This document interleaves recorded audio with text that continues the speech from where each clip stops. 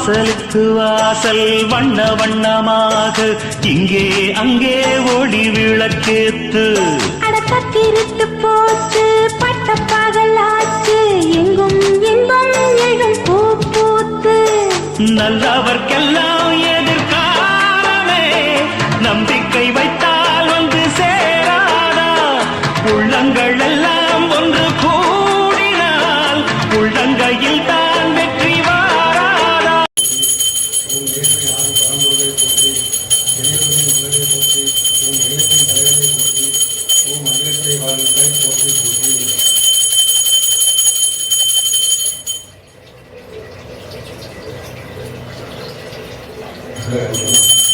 சித்திரை விஸ்வா ஆண்டு இனிய தமிழ் புத்தாண்டு வாழ்த்துக்கள். இந்த ஆண்டு எங்கள் புத்தாண்டு அவருக்கு 50வது ஆண்டு பொங்கலா நெருங்கிட்டு 1997 எங்கள் குடும்பத்தை கொண்ட புலசாமி தெய்வம் கடவுள் எல்லாமே அவர் தான். எங்கள் வீட்டில் எந்த ஒரு காரியம் நடக்கணும் அவரை வாங்கிட்டு தான் நாங்கள் போவோம். சமீபத்தில் ஜனவரி 1ஆம் தேதி 2020 அவர்கிட்ட அழைப்பு வந்துச்சு.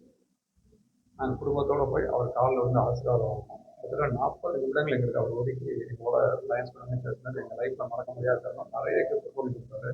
அதில் எனக்கு எங்கள் அண்ணனுக்கு பட்டு சேலை வேஷ்டி, ஒய்ஃபுக்கு பட்டு சேலை எல்லாமே வழங்கினார். பாப்பாஜி செலை கொடுத்தாரு.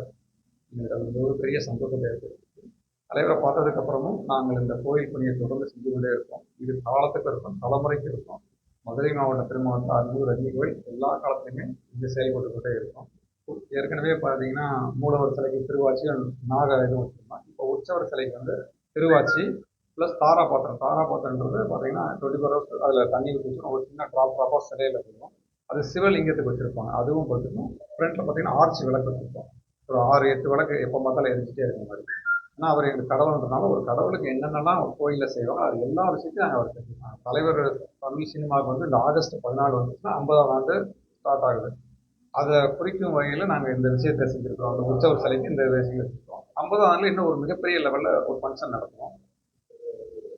இந்த அருள்மிகு ரஜினி கோயிலை பொறுத்தவரை அவருக்கு எல்லா விழாக்கள்லையும் நல்ல நேரங்களுக்குள்ள நாங்கள் ஃபங்க்ஷன் நடத்திக்கிட்டே தான் இருப்போம். அது காலத்துக்கு தொடர்ந்து நடந்துக்கிட்டே இருக்கும்.